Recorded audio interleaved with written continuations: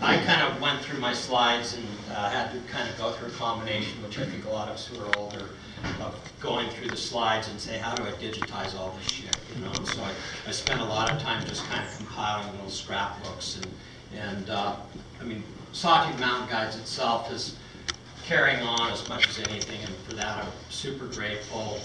Like the two speakers before me, Liam and Bill,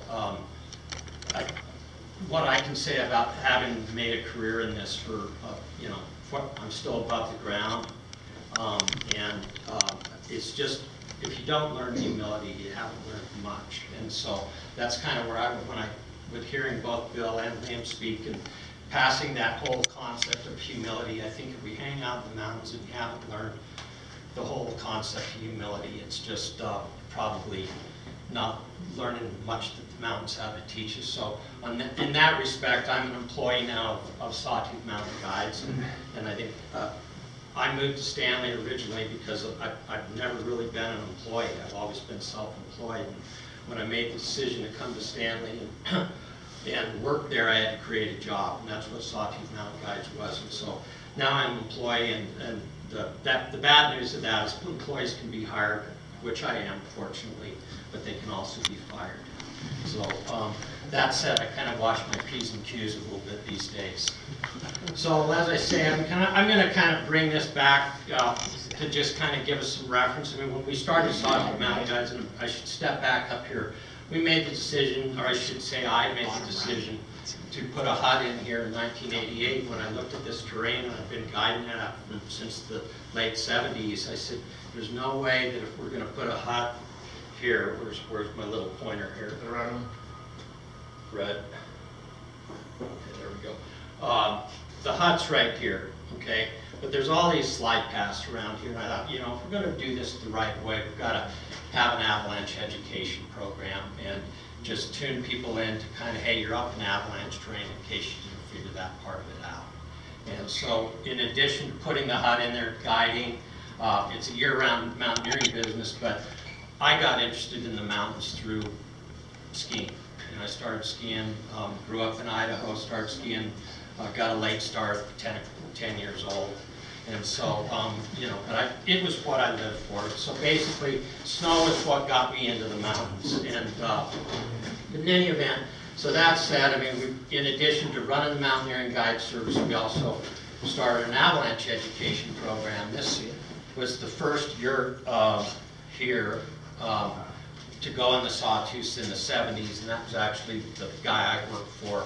I moved up there out of college and said, hey, I'm going to live up here. I got a philosophy degree, and I'm going to just walk the walk here, and put a yurt up here and live in it. And the guy I was working for had wall tents, and he said, well, why don't you build me a bunch of yurts? And so the next year I did, and built these yurts, put them up in the snow, and that was the genesis for Sawtooth Mountain Guides, putting yurts in the mountains and seeing what happened to them. And there are a lot of lessons learned there, but these are just some kind of scrapbooky things that have gone on over the years. The old school avalanche programs that we used to run out of HQ when I owned the business, and kind of just did things kind of the old-fashioned way, got the flip charts out and all that kind of stuff. But we had all this awesome terrain, and it was guided. And so it's really the big thrust of what we were doing is just this relationship of who you're out there with and trying to be safe.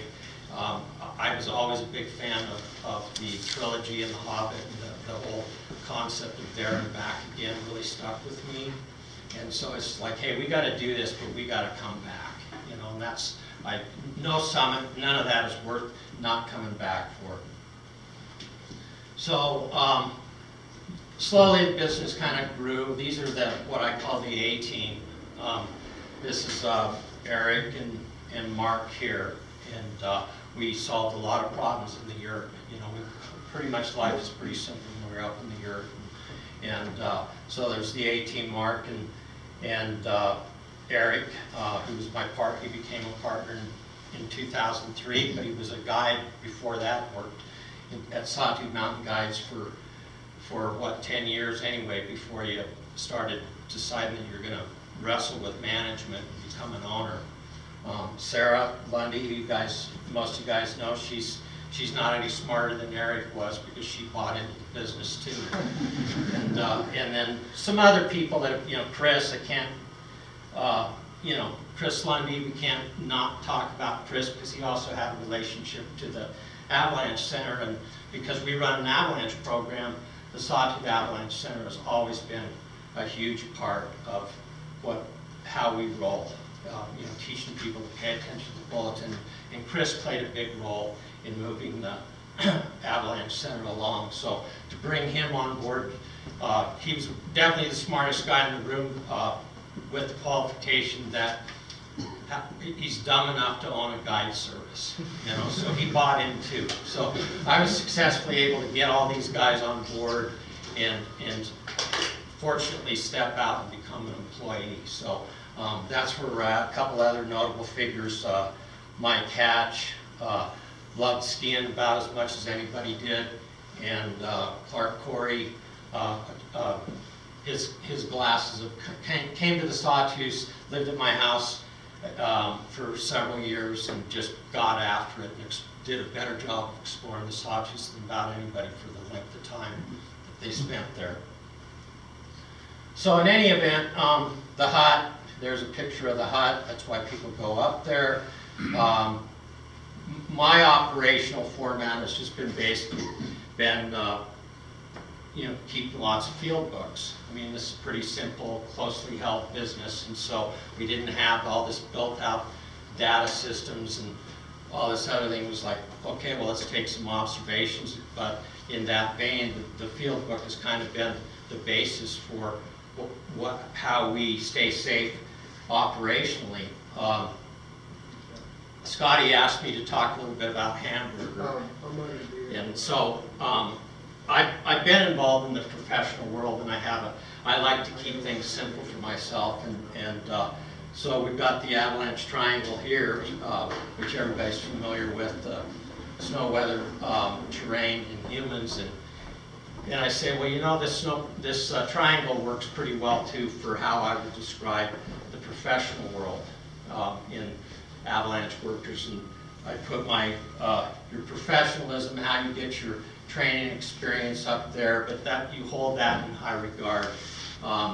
Your job is over here, and the politics of the whole thing, and I'm very aware of that because I'm kind of in that wrestling match right now, trying to balance and keep everybody's interests in mind. But there's three dimensions to this triangle in the pro world, and it's the professional, the political, and the job. And the job is how we make hamburger.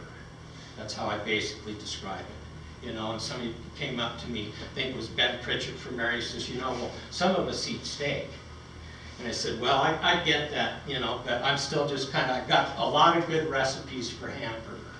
And I think most of us that have been in this game a long time realize that we're not usually eating a lot of steak. But we have a pretty good way, putting some food in the skillet. So in any event, that's just my throwing a bone to Scotty about professionalism. But it all boils down to, at the most simplest level, what I think professional is A, you get paid for it, and B, you basically do a lot of briefing and debriefing. I mean, we're all human beings.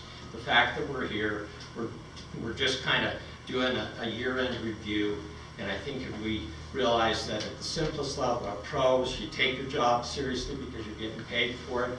You do your AM briefings. You try to get organized, how you anticipate for what you're going to go into the day, and then the day happens, the human factor starts showing up, and then you debrief it at the end of the day. And it's not much more complicated than that, at least from my perspective. And granted, I'm from the Sawtooth and Stanley, so what the hell do I know? But in any event, had a chance to kind of watch the snowpack come and go over the years. And in particular, I thought, just because I'm an older guy and there's some younger guys in the room, I might just talk about a couple of things that I think have been fairly notable in the time that I've been here. This is my view looking at the mountains and from my house, basically. And you can see there's a lot of avalanche paths here. And we've got all these avalanche paths, but you know, they don't run full path every year. And so, but in the winter of 1986, they did. And last winter, the winter of 2014, I was kind of like, okay, are we going to have another winter of 1986 here? So I kind of want to talk about that a little bit. And so this goes back to, hey, this guy's an avalanche educator. He's going to pull some of his slides out from avalanche. Is that level 1 and level 2 classes? So, but when it boils right down to it, I mean, we look at the weather and we pay attention to what direction the storms are coming from. And so just depending on what kind of a winter we have was going to determine a lot of what kind of snow we have on the ground. And in level 1 classes, and level 2, and on and on and on. I mean, of note, the Pro Ops Forum at the Sawtooth Avalanche Center still likes to know what the pros are, when they're out there during the day, what red flags did you see?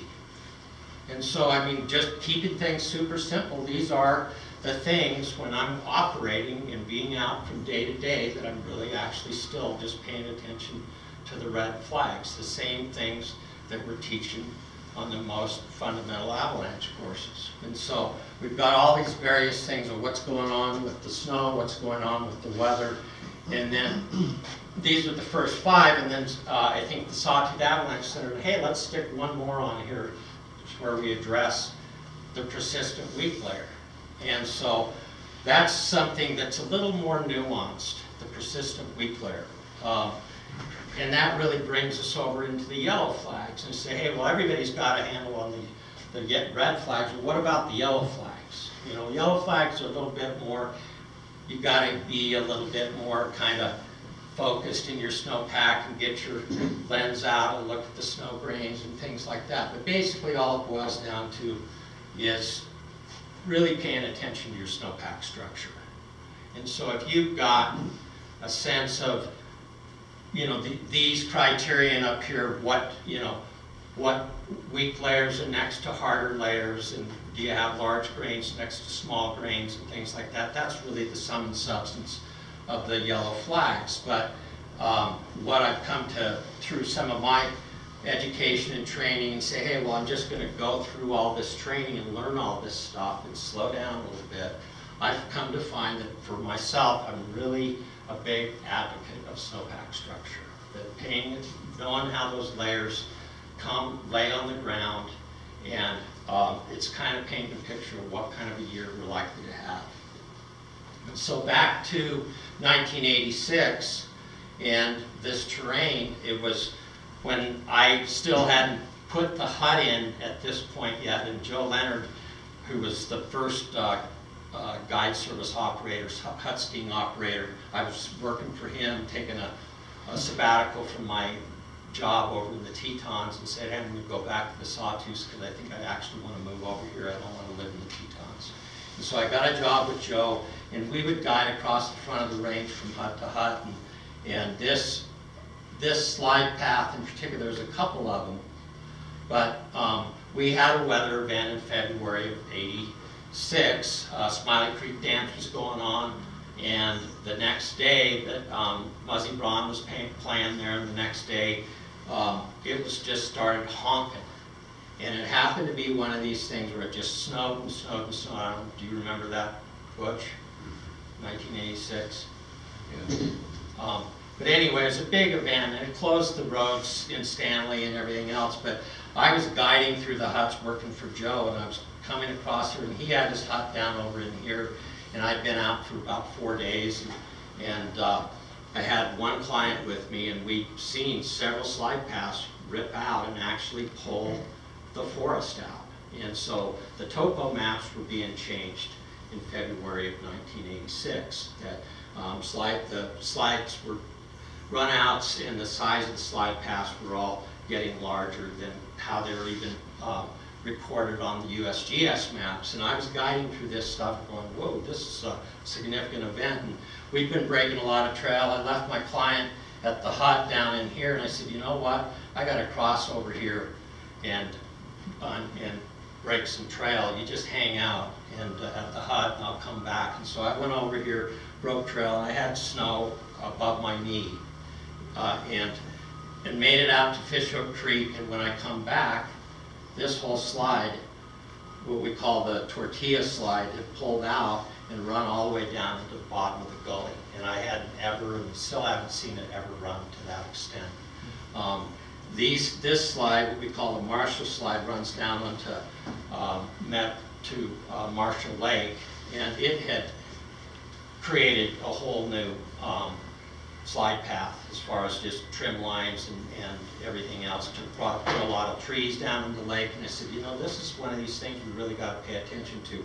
Well, the good news was I got back to him, and this thing had pulled out, so I was crossing the debris, got back to him and said, well, the good news, I got the trail broke, but the bad news is it's almost filled in again.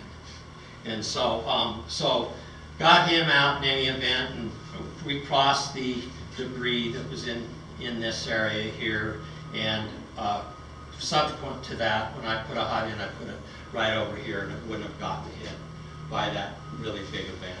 So that's kind of just, you note these kind of time frames that are significant, and I really do think that event of 1986 for our area was a really significant event. So, on forward to 2014, last winter, this was my book, and that I'd drawn a little cartoon snow profile of what the snowpack looked like the beginning of February, and basically how I would characterize it is that we had essentially a pretty shallow snowpack. This was the very first of February, I think, actually at 0201. So hey, there's a swag standard there for you, date, month, year. But how I would characterize the snowpack last winter was we essentially had a shallow continental snowpack, what we call the base, and then this maritime storm shows up at the beginning of February, and it just snowed and snowed and snowed. And we started seeing, and I think a lot of folks around here started seeing slide paths pull out a lot bigger than they were really used to, because I mean, we live in the land of where we're used to skiing with a poor snow structure, just kind of have generally weak snow, lots of facets, depth for it in the snowpack, but generally we don't have that overburden of a slab sitting on top of it. And I think last year that was the big difference from what a lot of people that just ski around here are so used to, not having a really just snowpack that was really in imbalance, and consequently it had the capacity to roll out pretty big, and a lot of people were getting caught with their pants down. Several things people were operating with a lot more certainty than they really should have been given that snowpack.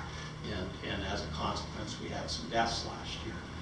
And Scotty probably can go into more detail on that. Are you going to talk about it later? Yeah, we'll see if we have time. Yeah. We'll. So in any event, I mean, I do, back to my way of operating, I mean, I really look back at my field books as being super important to me, because I mean, I'm getting to the point now where I just don't remember things. And I mean, it's like with Liam and Bill here, says, hey, you can't pull the old card yet. And I said, well, when you're in the private sector, you got to pull it when you can. You got to pull the plug and get out while you're ahead, rather, because you know. So I played the old card. But that said, I'm still in the game, you know. And as I say, I'm an employee of Sawtooth Mountain Guides, and I still rely heavily on my field books. So related to that was the Canyon Creek slide, which Chantel's here, works for the highway department down there. And I mean, I think that even that event was something where it pulled out from the shady side of the road, was just something that was a little out of the norm from what these guys, in terms of how they're controlling the road, was really kind of out of character. And again, it boils down to a really poor snow structure next to the ground, and then lots of precip on it. And I think a lot of things that precipitate weather events or avalanche cycles on Canyon Creek, because I drive that road a lot from between Stanley and Boise, and so I get a chance to look at it, is just these rain on snow is typically more of the issue there in Canyon Creek, and usually they're thinking about all this stuff coming off from the right, which is more of a solar aspect, and this time we had a really big avalanche that came out of the left, and it boiled right back down to that poor snowpack structure that we had on the ground last year.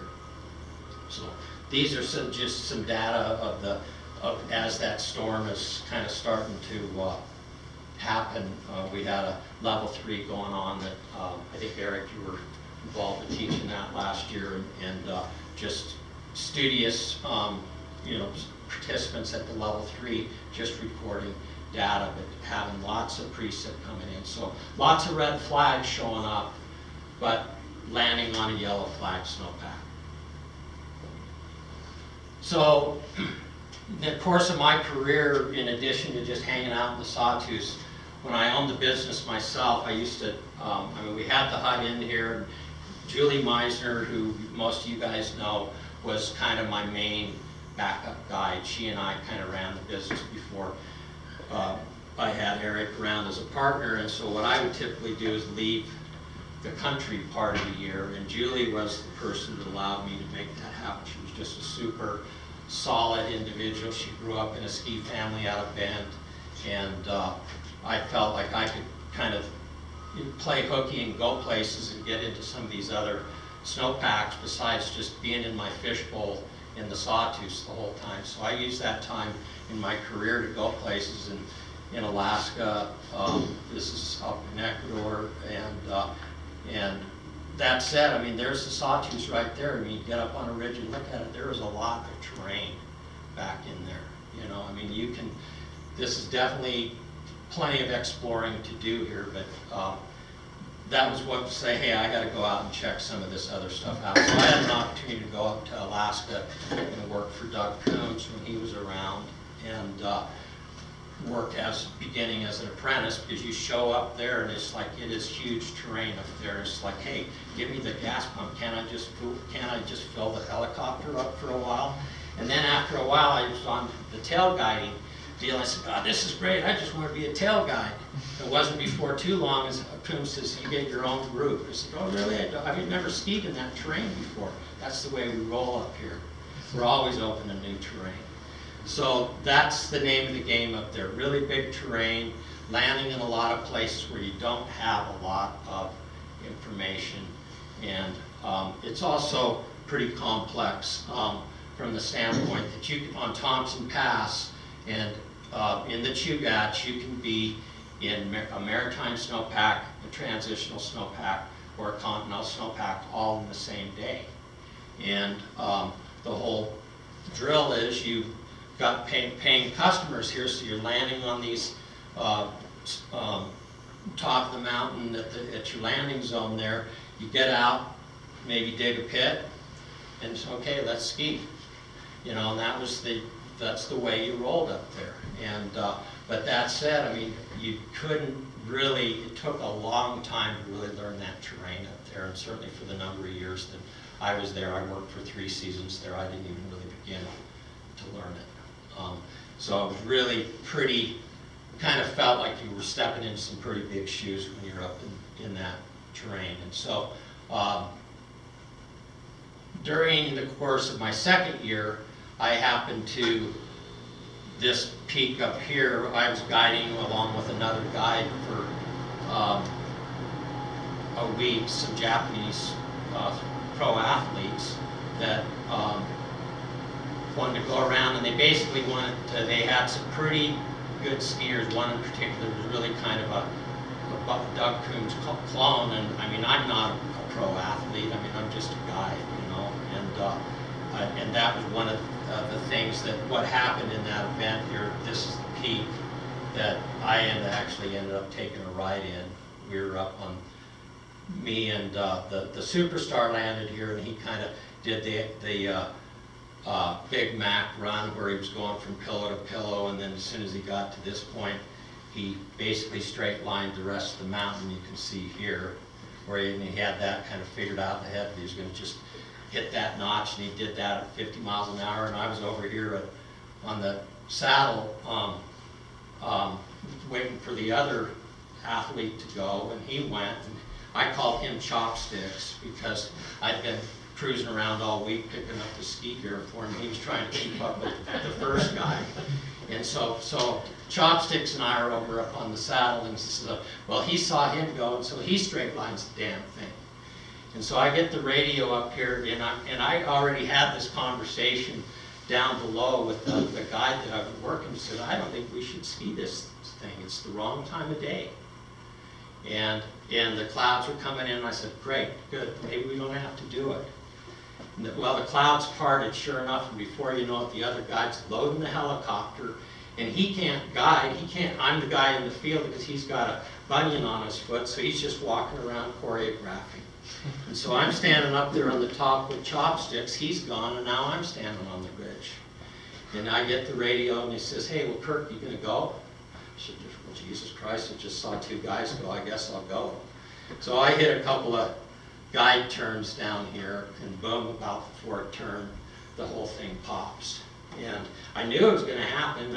So I ended up taking a ride. This is about 1,000 feet right here. I managed to get off the slab. I did 3 backflips and came to a self-arrest. And it was all the Japanese guys filmed it because they were a film crew. And you know, they did a hot landing, picked me up, and brought me down there. They all came over because they're Japanese and gave me a big hug, group hug, and said, well, you told us it was unstable. I said, yeah, now you know it's unstable. I just proved it to you, you know. And so, you know, I definitely learned a lot from that. And one of the things I learned about is just, if you're in a guiding situation with another guide, if both guides don't agree, then you don't do it. Because I didn't agree. But somehow I ended up in the situation. The other thing is that when the cameras are out, really bad decisions really start happening. And I was part of all that. I was part of a process where some red flags were really starting to show up. And it wasn't just in the snowpack itself, but by the way, there was a slope right next to this one that had slid naturally, the same slope aspect, and that was the part that I registered and said, hey, wrong time of day, we don't want to be here. And I'm talking to the guide that I'm working with about that. And then before you know it, the blades are spinning and the emotion has taken over, and I've been dropped into some, you know, just place I didn't really want to be, but I lived to tell the tale. So red flags, yellow flags. The yellow flag was a persistent weak glare bearing. Yeah, and so it goes back to just some of these basics that we teach in avalanche courses. It's just, are you applying this stuff, or are you getting sucked up in the human situation? So my other place that I used to always go play hooky at was down in Ecuador. And the last thing was my bad decision that I want to convey to you, that how I made a bad decision. And this one's a little bit more. We don't have as much in the Andes, in the Ecuadorian Andes, as much of an avalanche problem, even though you do. It's very maritime. You can have a storm, and 24 hours later, there's a lot of humidity in it down there, just because winters are long in Stanley.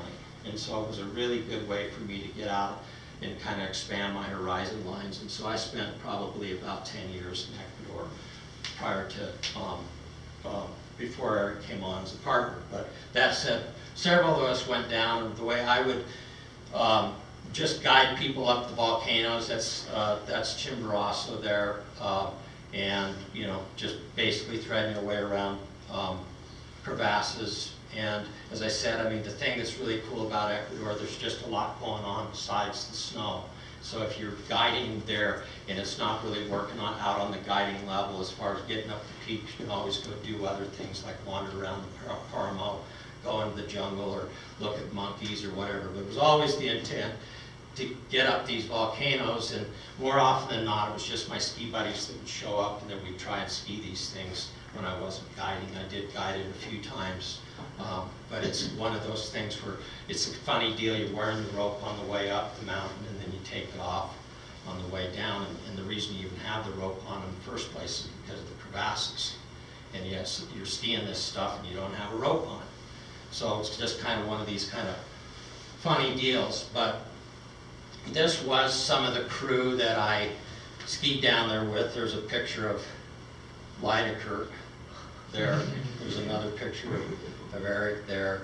And this is just kind of what we would do more on our time. And we did a route, this on the north side of Chimborazo, which hadn't been skied before, and as far as we know, with the record keeping outdoors a lot like the record keeping in the Sawtooth.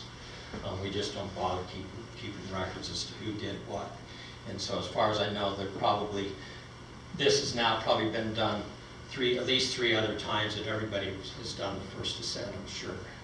You know, so we don't, that's immaterial. We think we showed up and did the first thing, but that's kind of the second part of it. But in any event, our route went up this ridge and swung around that crevasse through here and up to the top, and a couple of guys from Prescott, myself and Eric, and we sure enough wore the rope on the way back up, and then we took the rope off on the way down, and we had our landmarks down pretty good. It's pretty normal for the clouds to get up and start losing your visibility, but got to this point where it's time to take a hard right, and my buddy Eric's sitting over there, and he was much younger at that point in time, but he suddenly looking down, and he's standing right there, and I'm kind of tucked in over here with the other two guys, and he looks at me, so I just lost my glove.